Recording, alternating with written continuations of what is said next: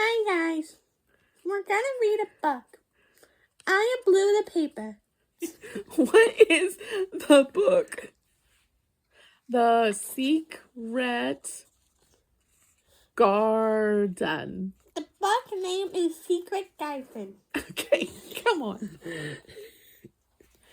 Hi, What chapter are we on? we are on chapter 13. Okay, Ha ha ha let's ha go. ha. Ha ha ha ha ha. Womp womp womp. All right, let's go. Mary took the picture back to the house where she went to her supper and she showed it to Martha. Oh, you're doing the voice of Martha? No, Or, okay, go on. Martha, with great pride, said Martha. I never knew our Dickon. was as clever as that. That there's a picture of a missile thrush on her nest, as large as life and twice as natural. Then Mary knew Dickon had meant the picture to be a message. He had meant that she might be sure he would keep her secret. Her garden was her nest, and she was a missile thrust. Oh, how she did like that queer, common boy. She hoped he would come back the very next day, and she fell asleep looking forward to the morning. But you never know what the weather will do in Yorkshire, particularly in springtime. She was awakened in the night of the sound of rain beating with heavy drops against her window.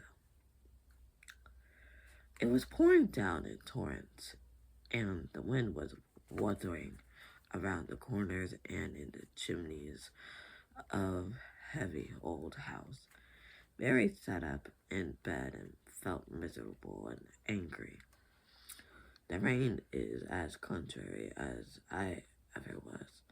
She said it came because it knew I did not want it. She threw herself back on her pillow and buried her face. She did not cry, but she lay and hated the sound of the heavily beating rain. She hated the wind and its wuthering. She could not go to sleep again. The mournful sound kept her awake because she felt mournful herself. If she had felt happy, it would probably have lulled her to sleep. How it wuthered and how the big raindrops poured down and beat against the pane. It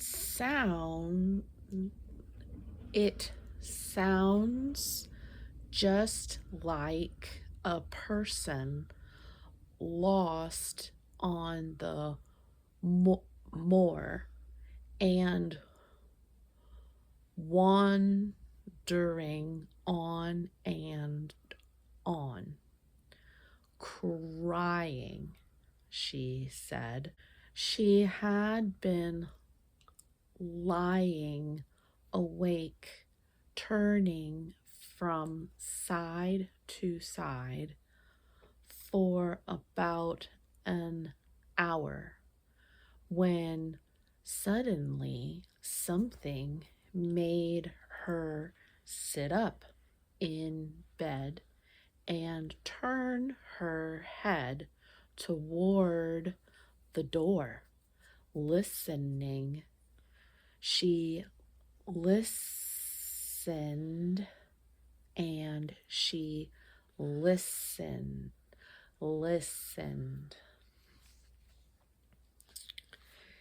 It isn't the wind now, she said in a loud whisper. That isn't the wind. It is different. It is that crying I heard before. The door of her room was ajar, and the sound came down the corridor.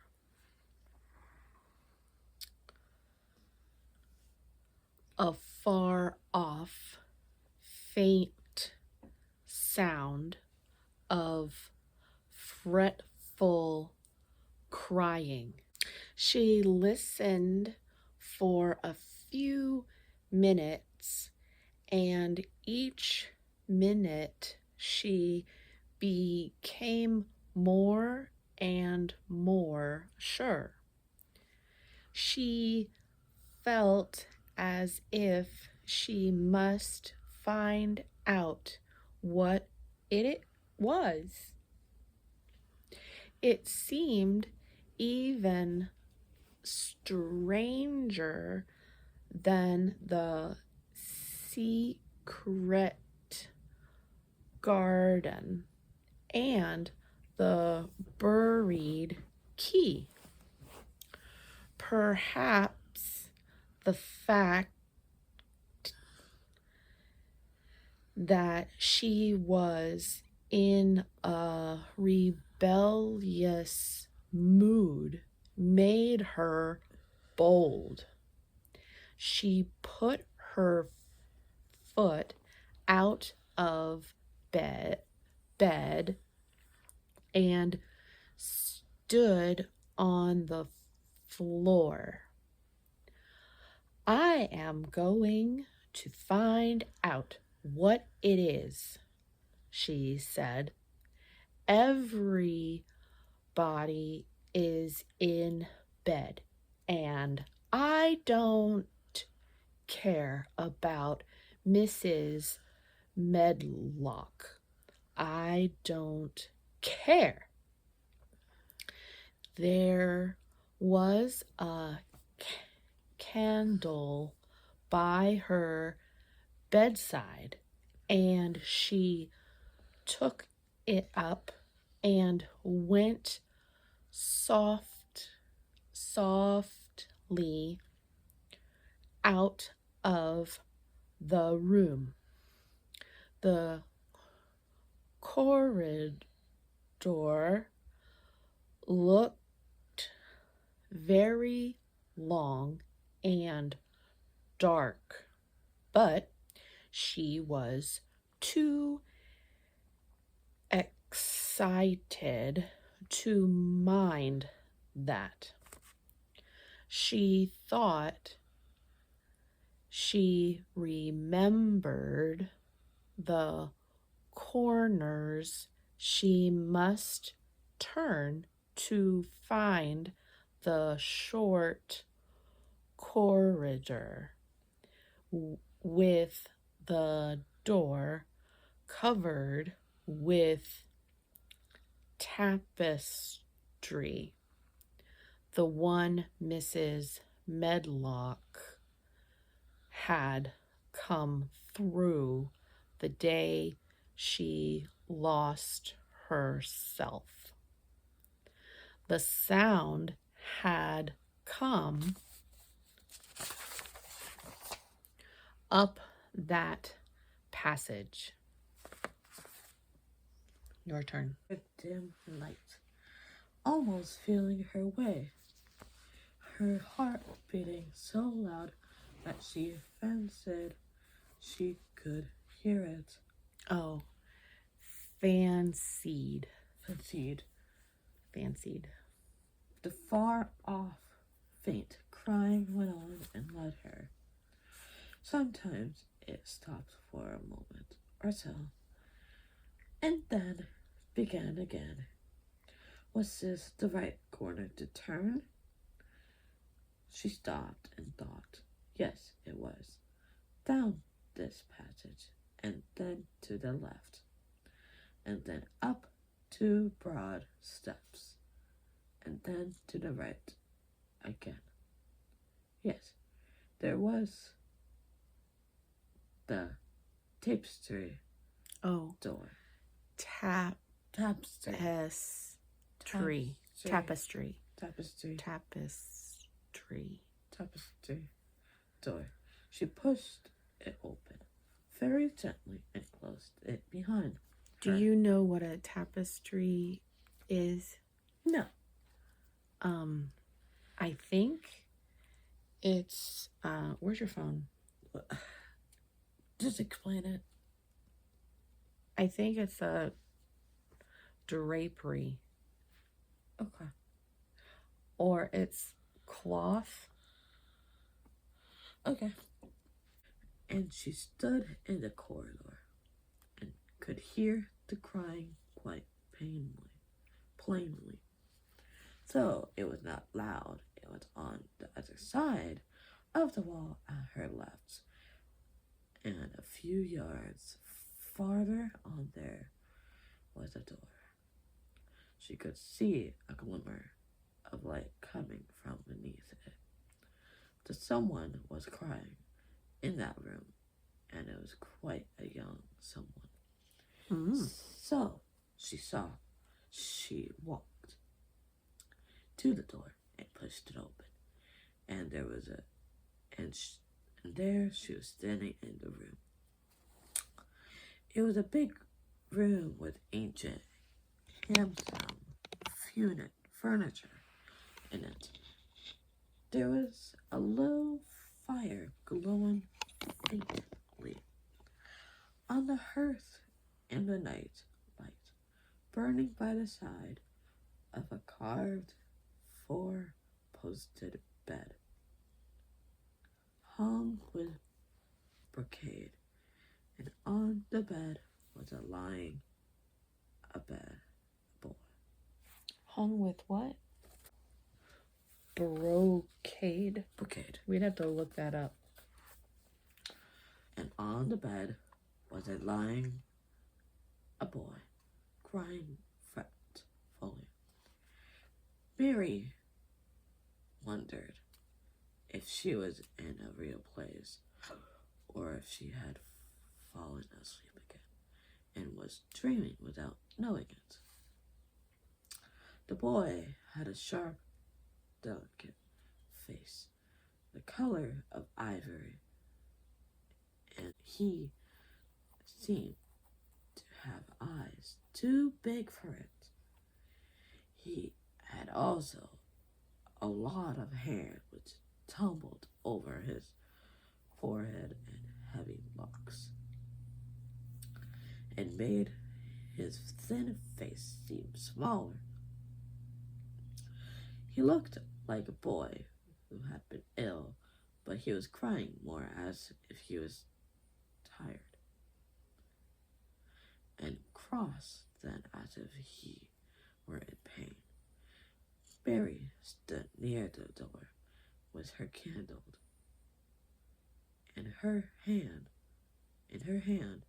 holding her breath. Then she crept across the room, and as she drew nearer the light attracted the boy's attention, and he turned his head on his pillow and stared at her. His gray eyes opened so wide that they seemed immense. "Who are you?"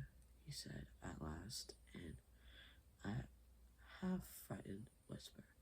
"Are you a ghost?" "No, I am not," Mary answered. Her own whisper sounded half-frightened. "Are you the one?" He stared and stared and stared. Mary could not help noticing what strange eyes he had. They were agate, gray, and they looked too big for his face because they had black lashes all around them. "No," he replied after waiting a moment or so. "I am Colin." "Who is Colin?" she fluttered. "I am Colin Craven. Who are you?" "I am Mary Lennox. Mr. Craven is my uncle." "He is my father," said the boy. "Your father?" gasped Mary. No one ever told me he had a boy. Why didn't they?" "Come here," he said, still keeping his strange eyes fixed on her with an anxious expression. She came close to the bed, and he put out his hand and touched it. "You are real, aren't you?" he said. I have such real dreams very often. You might be one of them." Mary had slipped on a woolen wrapper before she left her room, and she put a piece of it between his fingers. "Rub that and see how thick and warm it is," she said. "I'll pinch you a little if you like, to show you how real I am. For a minute I thought you might be a dream too." "Where did you come from?" he said. "From my room. The wind withered so I couldn't go to sleep, and I heard someone crying, and I wanted to find out who it was." "What were you crying for?" "Because I couldn't go to sleep either. My head ached." "Tell me your name again." "Mary Lennox." "Did no one ever tell you I had come to live here?" He was still fingering the fold of her wrapper, but he began to look a little more as if he didn't believe in her reality. "No," he answered. "They daren't." "Why?" asked Mary. "Because I should have been afraid you would see me. I won't let people see me and talk me over." "Why?" Mary asked again, feeling more mystified every moment. "Because I, like this, always ill and having to lie down. My father won't let people talk me over either. The servants are not allowed to speak about me. If I live, I may be a hunchback.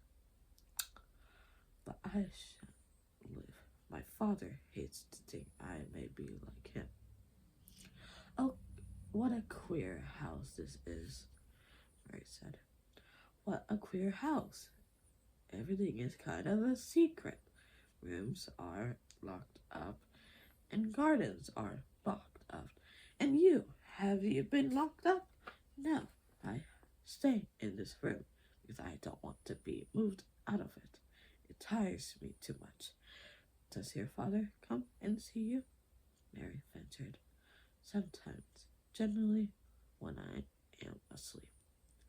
He doesn't want to see me. Why? Mary could not help asking again. A sort of angry shadow passed over the boy's face. My mother died when I was born, and it makes him wrenched to look at me.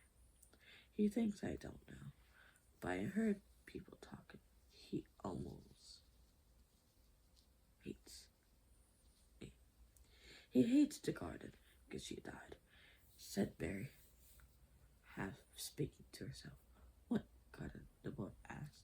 Oh, just a garden, she's like. Mary stammered. Have you been here always? Nearly always. Sometimes I have been taken to places at the seaside, but I will say because people stares at me.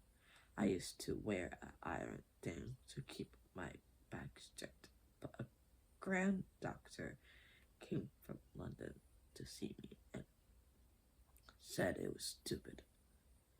He told them to take it off and keep me out in fresh air.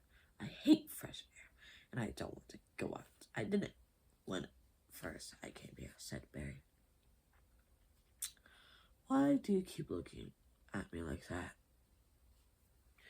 Because of the dreams that are so real, he answered rather fretfully.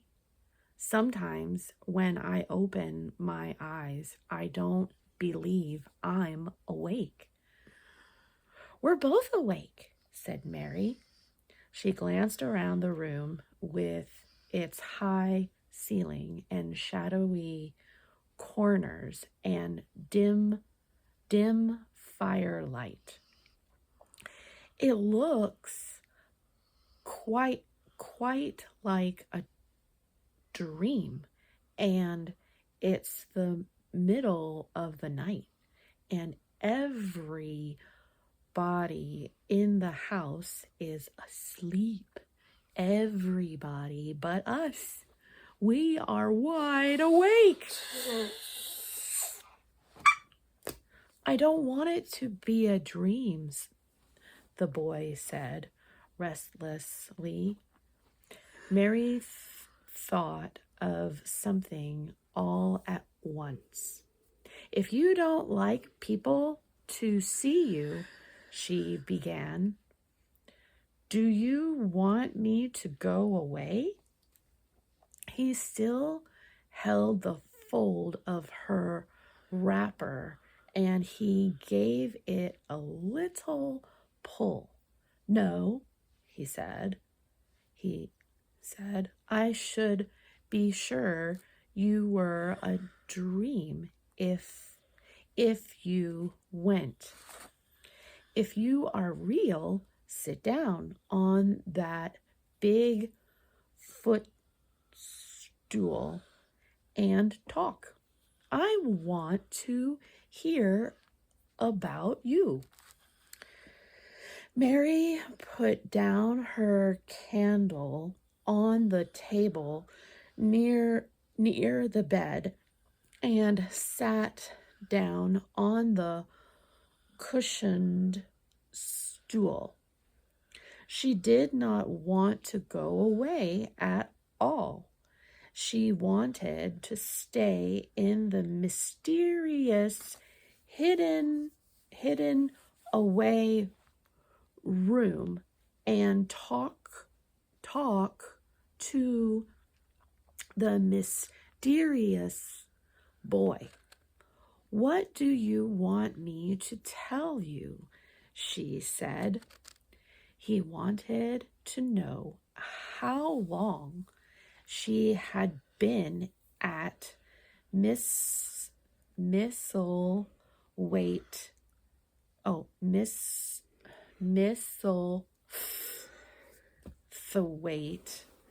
He wanted to know which corridor her room was on. He wanted to know what she had been doing, if she disliked the moor as he disliked it, where she had lived before she came to Yorkshire. She answered all these questions and many more, and he lay back on his pillow and listened. He made her tell him a great deal about India and about her voyage across the ocean. She found out that because he had been an invalid, he had not learned things as other children had. Do you know what an invalid is? No. Invalid means he could not walk. Oh. Okay. He was handicapped. Or Oh, you want to go? Okay.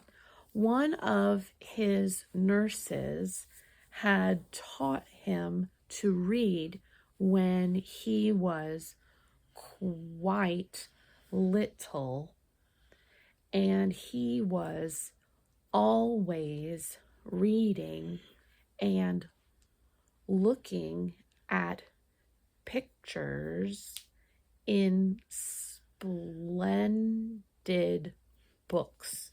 So his father rarely saw him when he Rarely saw him when he was awake. He was given all sorts of wonderful things to amuse himself with. He never seemed to have been amused.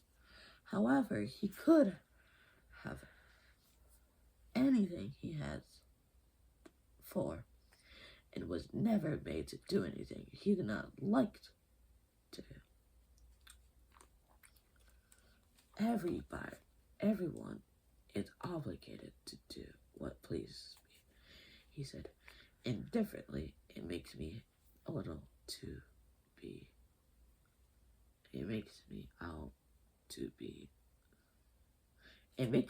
to be angry.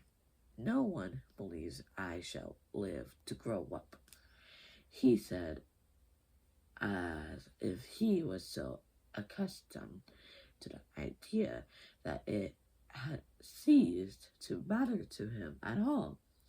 He seemed to like the sound of Mary's voice as she went on talking.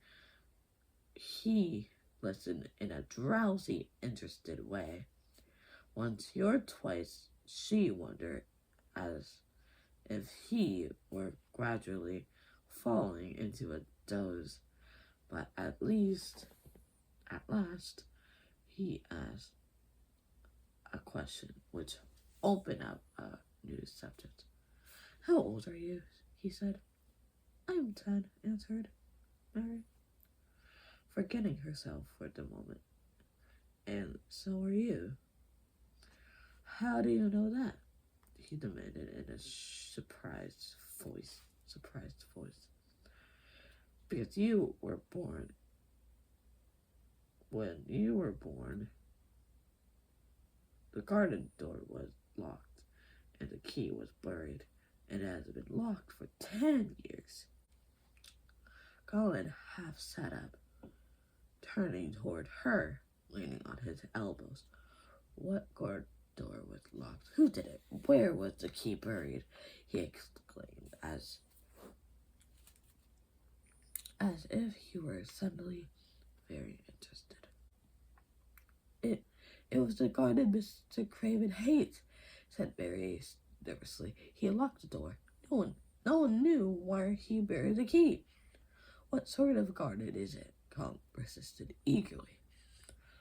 No one has been allowed to go in it for 10 years, but Mary's careful answer. But it was too late to be careful. He was too much like herself. He too had nothing to think about, and the idea of a hidden garden attracted him as it attracted her.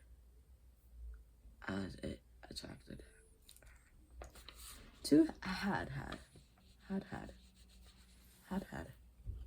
He too had. Okay. He too had nothing to think about, and the idea of a hidden garden attracted him as if it had attracted her. As it attracted her. Oh, it's to show emphasis. He too had nothing to do with. Let me go. Yes. Okay. He too had nothing to think about, and the idea of a hidden garden attracted him to as it had attracted her. He asked question after question. Where was it? Had she never looked for the door? Had she never asked the gardeners? They won't talk about it, said Mary. I think they have been told not to answer questions. I would make them, said Colin. Could you? Mary faltered, beginning to feel frightened. If he could make people answer questions, who knew what might happen? Everyone is obliged to please me. I told you that, he said. If I were to live, this place would sometime belong to me. They all know that. I would make them tell me. Mary had not known that she herself had been spoiled, but she could see quite plainly that this mysterious boy had been. He thought that the whole world belonged to him.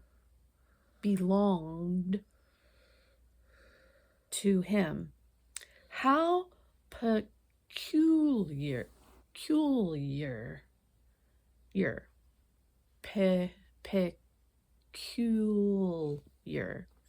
he was, and how coolly he spoke of not living. Do you think you won't live? She asked. Partly because she was curious, and partly in hope of making him forget the garden. I don't suppose I shall, he answered as indifferently as he had spoken before. Ever since I remember anything, I have heard people say I shan't. As first they say I was too little to understand, and now they think I don't hear. But I do. My doctor is my father's cousin. He's quite poor, and if I die, he'll have all miss away when when my father is dead. I should think he would want me to live. I should think he wouldn't want me to live. Do you want to live? Inquired Mary. No, he answered in a cross, tired fashion. But I don't want to die. When I feel ill, I don't want to die. I don't want to die. When I feel ill, I lie here and think about it until I cry and cry. I heard you crying 3 times, Mary said, but I did not know who it was. Were you crying about that? She did not want. She did so want him to forget the garden. I dare say, he answered. Let us talk about something else. Talk about the garden. Don't you want to talk? Don't you want to see it? Yes, answered Mary in quite a low voice. I do. He went on persistently. I don't think I ever really want to see anything before, but I want to see that garden. I want the key dug up. I want the door unlocked. I will let him take me there in my chair. That would be getting fresh air. I am going to make them open the door. He had become quite excited, and his strange eyes began to shine like stars and looked more immense than ever. They have to please me. See, he said, I will make them take me there, and I will let you go too. Mary's hands clutched each other. Everything would be spoiled. Everything. Dickon would never come back. She would never again feel like a missile thrust with a safe hidden nest. Oh, don't do that, she cried out. He stared as if he thought she had gone crazy. Why? He exclaimed. You said you wanted to see it. I do, she answered, almost with a sob in her throat. Uh-oh. But if you make them open the door and take you in, like that, it'll never be a secret again. He leaned still further. A secret, he said. What do you mean? Tell me. Mary words almost tumbled over one another. You see, she panted.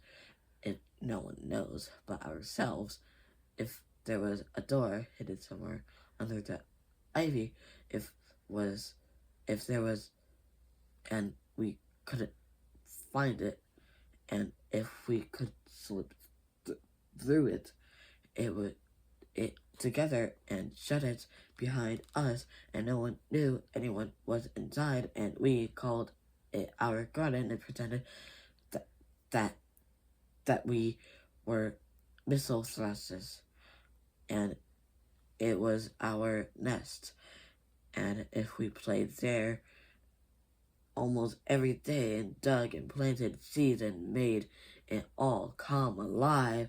Is it dead? He interrupted her. Missile thrusters. Missile thrust. Oh, Thrusters. missile Thrushes. thrushes. It soon will be, if no one cares for it, she went on. The bulbs will live, but the roses, she stopped her again, as excited as she was herself. What are bulbs? He put in quickly. They are daffodils and lilies and snowdrops. They are working in the earth now, pushing up pale green points because the spring is coming. Is the spring coming? He said. What is it like? You don't see it in rooms if you are ill. If you are ill, you cannot see it. It is the sun shining on the rain, and the rain falling on the sunshine, and the things pushing up and rocking under the earth, said Mary. If the garden was a secret and we could get into it, we could watch the things grow bigger every day and see how many roses are alive. Don't you see? Oh, don't you see how much nicer it would be if it was a secret? He dropped back on his pillow and lay there with an odd expression on his face. I never had a secret, he said, except that one about not living to grow up. They don't know I know that, so it is a sort of a secret. But I like this kind better. Good. You want me to keep reading? Can we take a break? Sure. If you won't make them take you to the garden, pleaded Mary. Perhaps I feel almost sure I can find out how to get in sometime. And then if the doctor wants you to go out in your chair, and if you can always do what you want to do, perhaps we might find some boy who would push you, and we could go alone, and it would always be a secret garden. I should like that,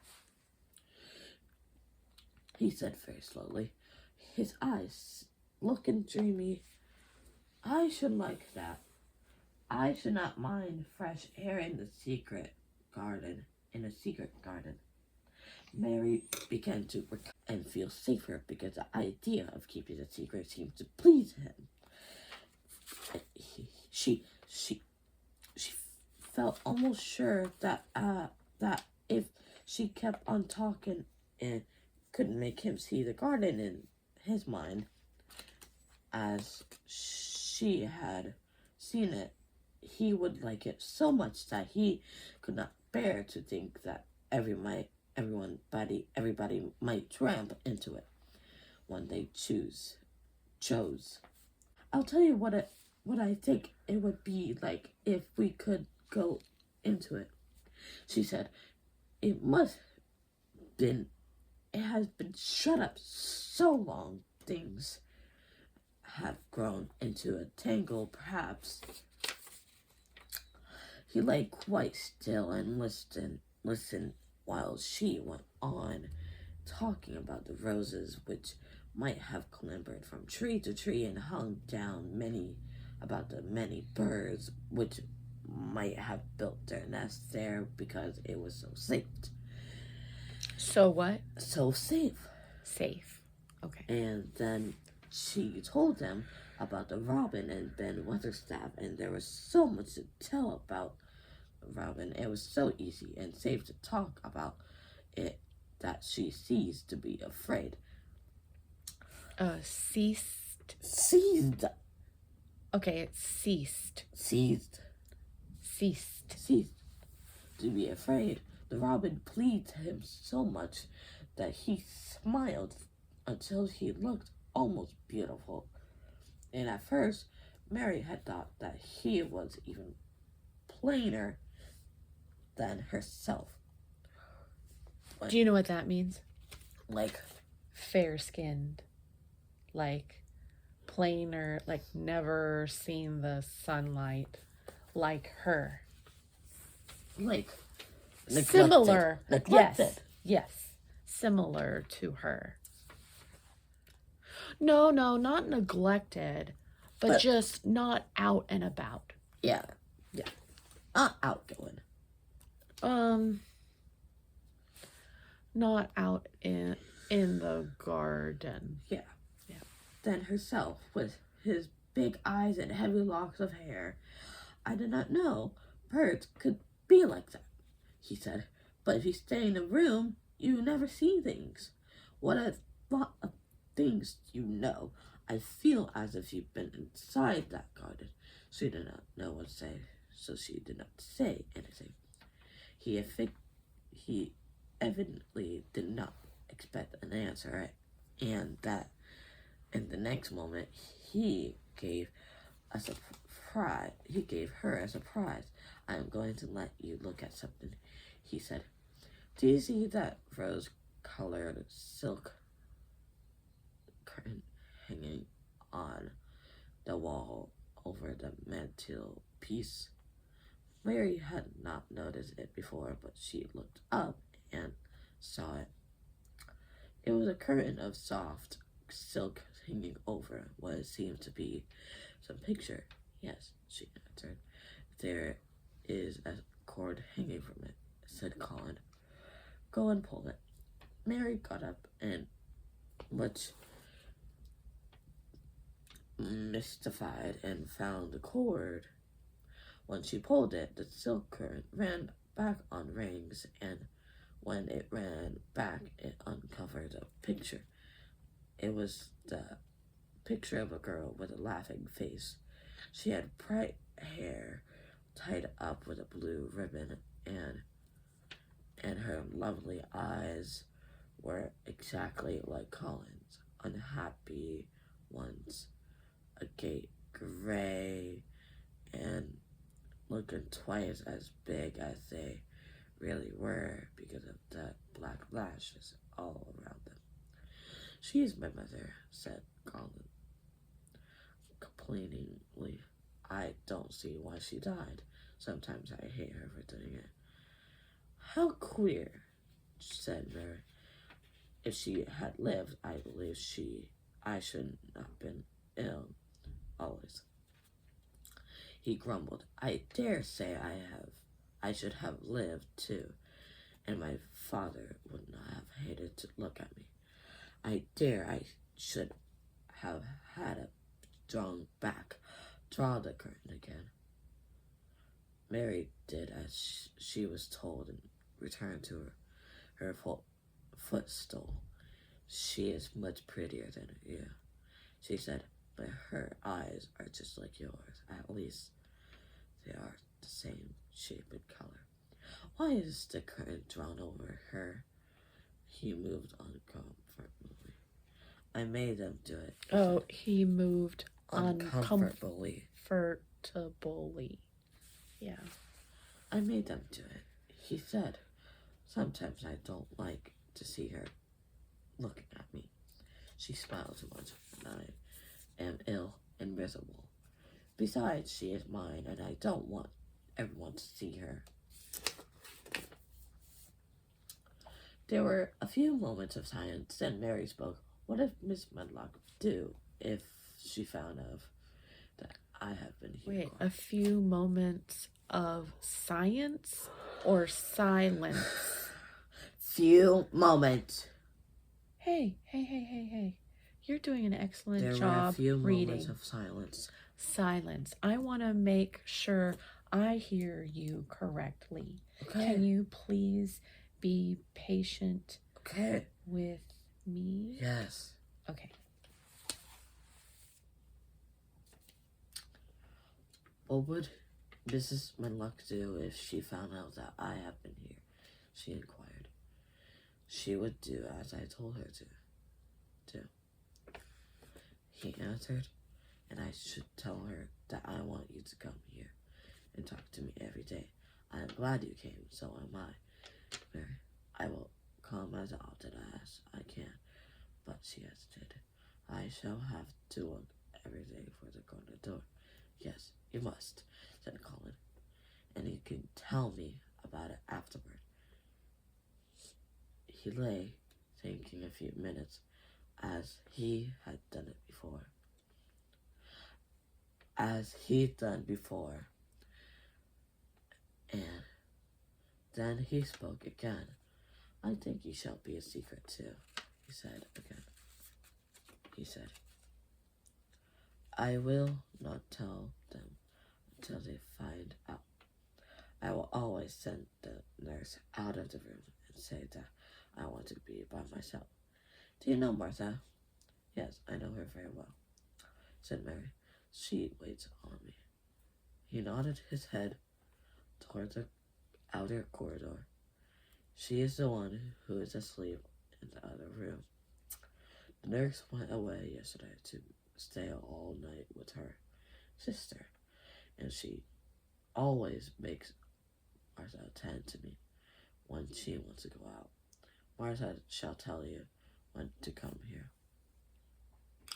Then Mary understood Martha's troubled look when she had added questions about the crime.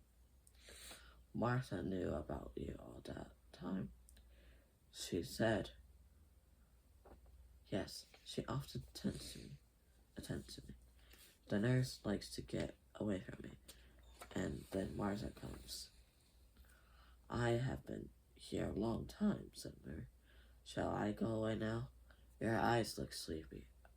I wish I could go to sleep before you leave me, he said rather shyly.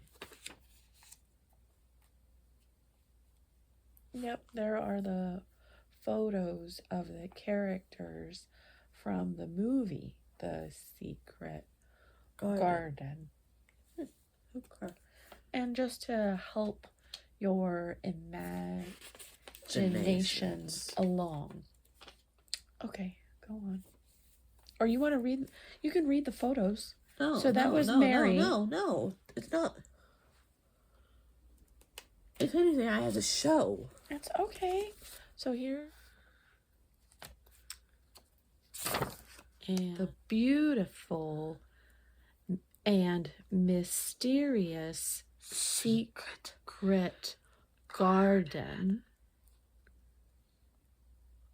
And a smiling Mary is served tea by Martha, Laura Crossley, Hayden Prowse as Colin,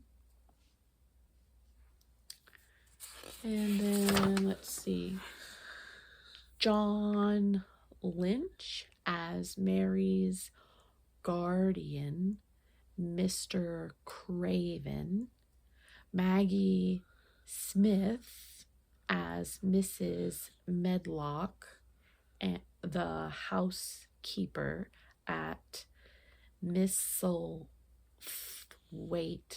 Manor. Mary finds happiness in her secret garden. Dickon teaches Mary about the wonders of nature. And then the three children are united in the secret garden.